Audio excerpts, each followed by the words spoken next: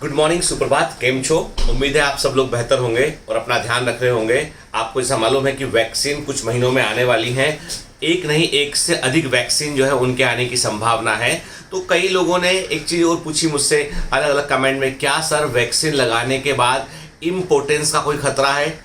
दरअसल बहुत सारी बातें जो सोशल मीडिया पर वैक्सीन के अगेंस्ट चल रही हैं वे सिर्फ र्यूमर हैं। दरअसल कोई भी वैक्सीन को जब जो है वो फेज 3 ट्रायल के बाद जो है वो लाया जाता है, इम्प्लीमेंट किया जाता है, उसके पहले कई सारे सेफ्टी प्रोटोकॉल्स होते हैं, उनको फॉलो किया जाता है। तमाम तरह के जो है वो उसके जो रिजल्ट्स हैं उनको देखा जाता है, इसलिए वैक्सीन आने में वक्त लगता है। ठीक है, तो अभी जो इमरजेंसी अप्रूवल जिस वैक्सीन का मांगा गया, फाइजर का वैक्सीन है उसका मांगा गया, कोविशील्ड का मांगा गया, कोवैक्सीन भी आने वाला है। तो ऐसे एक से अधिक वैक्सीन मार्केट में अवेलेबल होंगे, लेकिन हमें ऐसी र्यूमर्स पर ध्यान नहीं देना है। Doctors and scientist that trying their best, ठीक है, और ये केवल एक र्यूमर है कि इस प्रकार जो है वो इम्पोर्टेंस होगा। तो किसी ने कहा कि ये जो है वो वैक्सीन जो है वो एनाफाइलेक्सिस करके जो है लोगों को मार भी सकती है। देखो, एनाफाइलेक्सिस का चांस जो है वो हर वैक्सीन में होता है, इसीलिए चाहे छोटे बच्चों को वैक्सीन लगवाने जाओ तो बाहर लिखा होता है कि वैक्सीन लगवाने के बाद 30 मिनट तक, आधे घंटे बाहर बैठे रहे।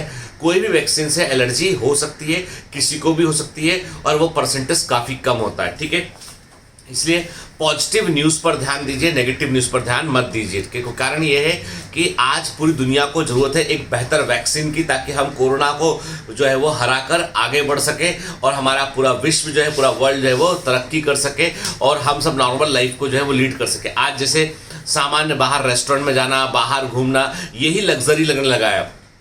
कब तक बंद रहेगा? और जो लोग काम बाहर कर रहे हैं वो कितना रिस्क में काम कर रहे हैं, उनका भी हमें सोचना होगा।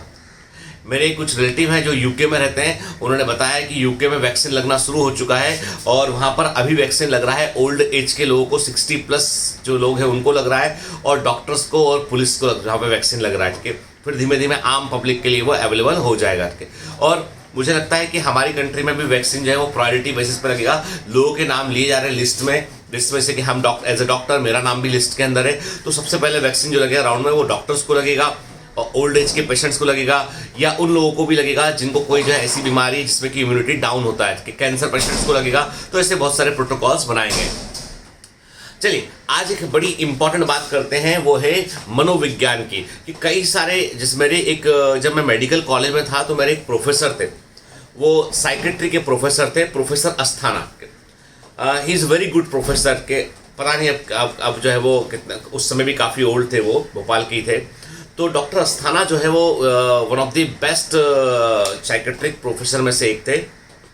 तो वो बताया करते थे, एक प्रोफेसर और थे RN साहू साहब, वो भी बड़े अच्छे प्रोफेसर थे।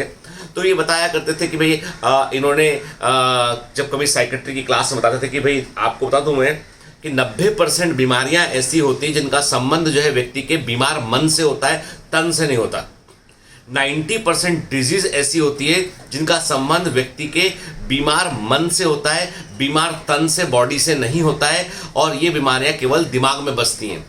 ये वो बीमारी नहीं कि आप बोलो सर मलेरिया होगा तो क्या मन से हो गया? नहीं, मलेरिया मन से नहीं हो सकता है, टाइफाइड मन से नहीं हो सकता है, उसका हमें इन्फेक्शस एजेंट मालूम है। मेडिकल संक्रामक बीमारियों की बात नहीं कर रहे हैं, हम बात कर रहे हैं उन बीमारियों की हम बात कर रहे हैं। कोई ऑटो आया नीचे, ठीक है, तो हम उन बीमारियों की बात कर रहे हैं जो बीमारियां जो है क्रॉनिक हैं, जो रिकरिंग है, क्रॉनिक है, उन बीमारियों की हम बात कर रहे हैं जो लंबे समय से व्यक्ति को परेशान कर रही। कोई तरह का दर्द है, बैक पेन है, गर्दन के पीछे का दर्द है, लंबे समय से होने वाली थकान है, ठीक है, मन ना लगना है, डिप्रेशन का होना है। तो कई बीमारियां ऐसी होती हैं जिनका संबंध बीमार मन से होता है, बीमार तन से नहीं होता है।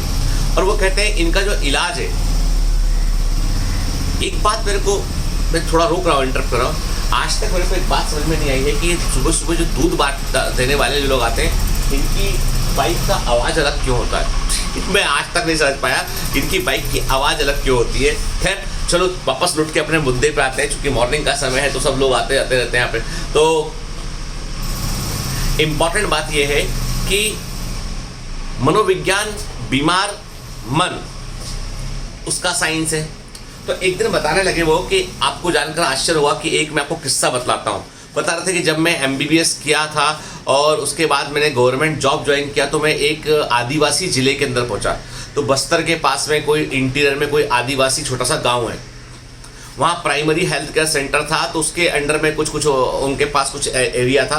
तो बताने लगे कि मैं एक बार एक गांव में गया दौरे के लिए कि वहाँ पे लोग बीमार रहते थे, तो कई कुछ बीमारियाँ होती हैं जो लोकली पाई जाती है आदिवासियों के अंदर। कहने लगे वहाँ पे एक व्यक्ति बहुत बीमार था, तो मैं वहाँ पे निकल रहा था, वहाँ से किसी ने बोला बीमार आदमी देख लो एक बार जाके उसको। मैं उसके घर गया देखने के लिए, और वहाँ जाकर मैंने जो है उसको देखा, और उसके बाद मैंने कहा कि अब क्या हुआ कि जब वो गए थे तो मैं दौरे पे निकला था, बोला कि मेरे पास मैंने प्रिस्क्रिप्शन पेड रखना भूल गया। पहले मेरा जो बैग होता है, जिस बैग में प्रिस्क्रिप्शन पेड होता है, पेन होता है, वो सब मैं भूल गया। गलती से मैं किसी अपने प्राइमरी हेल्थ केयर सेंटर में भूल गया, मैंने रखा बैग और बाइक स्टार्ट करके मैं आगे निकल गया। अब जब गाँव पहुँचा तो वहाँ पर जाके मैंने बीमार आदमी को देखा, सिम्टम समझे उसके मैंने, और मैंने सोचा चलो भाई इसको दवा अब लिख देता हूँ मैं। तो मैंने उनसे बोला भाई पेन पेपर दो एक, तो उनकी समझ में ना आए। बहुत इंटीरियर में बहुत पुरानी बात है, काफ़ी ओल्ड प्रोफेसर, मतलब समझ लीजिए आपकी जो है वो 50 से सन 60 60 70 70 ऐसी कुछ बात होगी, बहुत पुरानी बात है काफ़ी। पेन पेपर मांगा, वहाँ कोई पढ़ा लिखा नहीं, बिल्कुल डीप इंटीरियर ट्राइबल एरिया, किसी के पास ना तो पेन ना कागज़। अब मैं कैसे पर्चा लिखूं? तो मैंने कहा एक काम करो, मैंने देखा उनके घर में छत में जो खपरेल लगी होती है ना, जो जिसे बोलते हैं कबेलू बोलते हैं, खपरेल बोलते हैं, कबेलू बोलते हैं, छत लगाने वाला। आप देखा ना, सब एक ईंट होता है जो रेड से कलर का होता है, अपना मतलब डार्क ब्राउन कलर का होता है। तो मैंने वो कहा कि भाई खपरेल ला दो एक, वो खपरेल लेके आ गया एक बड़ी सी, और मैंने एक पत्थर लिया और उस पत्थर से मैंने दवा के नाम उस खपरेल पे मैंने उकेड़ दिए। लिखना बोलते हैं ना, आप देखो बचपन में हम लोग ईंट पे लिख लिया करते थे, खपरेल पे लिख लिया करते थे कि भाई मैं तो गाँव जाया करता था अपने मामा जी के यहाँ भी, अपने दादाजी के यहाँ भी। तो मैंने तो सारे मज़े लिए हुए, सारे खेल की मिट्टी में भी खेले हम लोग, कंचे भी खेले हम लोग के, वो गिल्ली डंडा खेलते हैं गाँव में, वो भी खेले हम लोग के। पापा डांटा करते थे कि आँख में लग जाएगी ये, लेकिन खेलें। अब तो खपरेल लिया उन्होंने, खपरेल पे उन्होंने पत्थर से उकेर कर जो है नाम लिख दिए दो दवाओं के। उन्होंने कहा कि दवा इसको सुबह देना, शाम देना, सुबह शाम देना, ठीक है। वो एक व्यक्ति जो उनमें समझदार दिख रहा था, उसको समझा के वो अपना आ गए वापस। फिर उसके बाद तो खबर लेनी है भाई, डॉक्टर पेशेंट को पर्चा लिख देता है, उसके बाद पेशेंट ही बताएगा डॉक्टर को कि भाई ठीक हुआ कि कोई तकलीफ है। मुझे लगा साहब 2-3 महीने के बाद जो उसी गांव से 2-3 लोग आए, 2-3 महीने के बाद में उसी गांव के 2-3 लोग आए, मुझे ढूंढते हुए आए प्राइमरी हेल्थ केयर सेंटर पे। बोले वो डॉक्टर साहब कहाँ हैं, कितने डॉक्टर साहब? तो लोगों ने बताया कि ये डॉक्टर साहब आने वाले हैं। तो इंतजार करते रहे बाहर ना।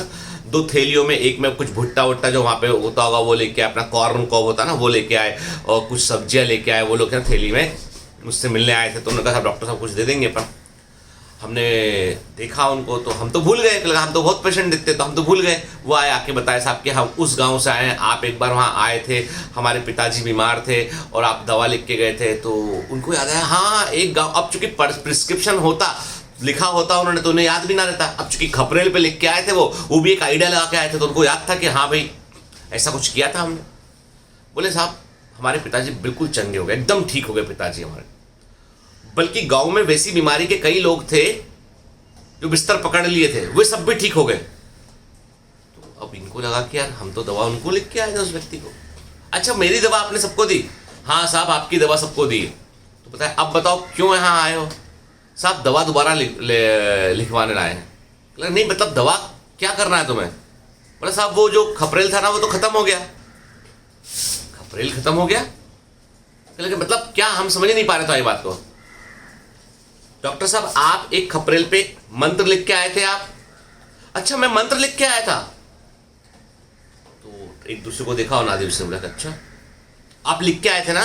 तो हमने उसको घिस घिस के अपने पिताजी को सुबह शाम दिन में 2-2 बार पिलाया उनको हमने, वो ठीक हो गए। फिर गांव में जो बीमार पड़ा हमने वो खपरेल घिस घिस के सबको पिलाया, सब ठीक हो गए। अब हम 3 खपरेल और लाए, आप लिख दो वही मंत्र उसमें, तो हम बाकी गाँव वाले लोगों को ठीक कर लेंगे। धत तरीके। अब डॉक्टर साहब क्या बोले?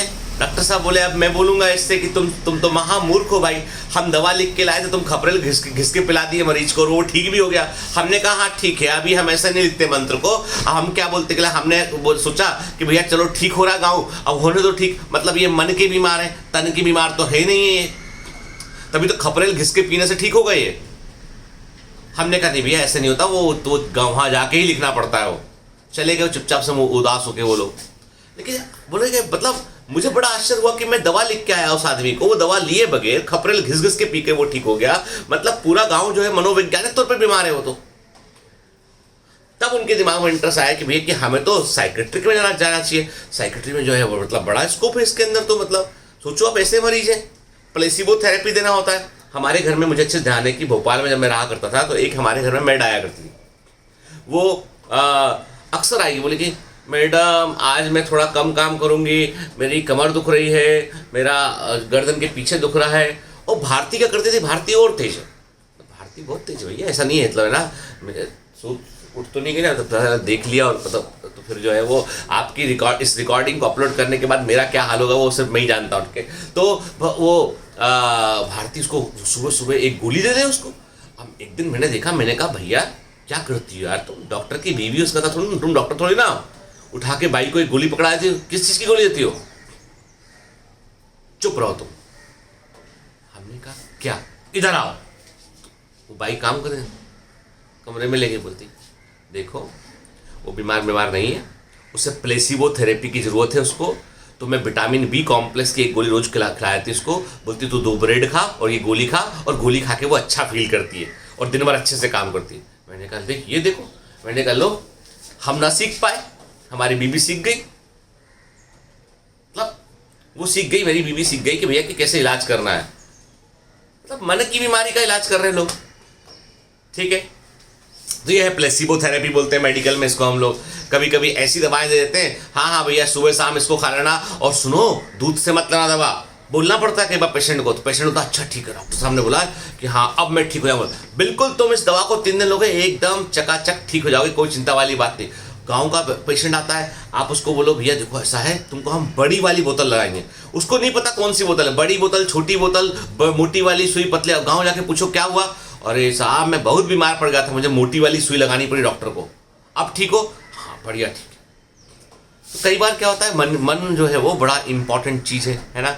इसीलिए अब आप बोलोगे सर इसका टेक अवे क्या है, इसका टेक अवे बेटा यही है इसका कि प्लीज़ अपने मन को मजबूत बनाइए, अपने मन में भ्रम मत पालिए, अपने आप को हेल्दी, बुद्धिमान और अपने आप को कर्म योग्य बनाइए। समझिए, ये कल्पना कीजिए रोज कि आप बेहतर करेंगे और आज आपका आने वाला कल पहले वाले कल से बेहतर होगा।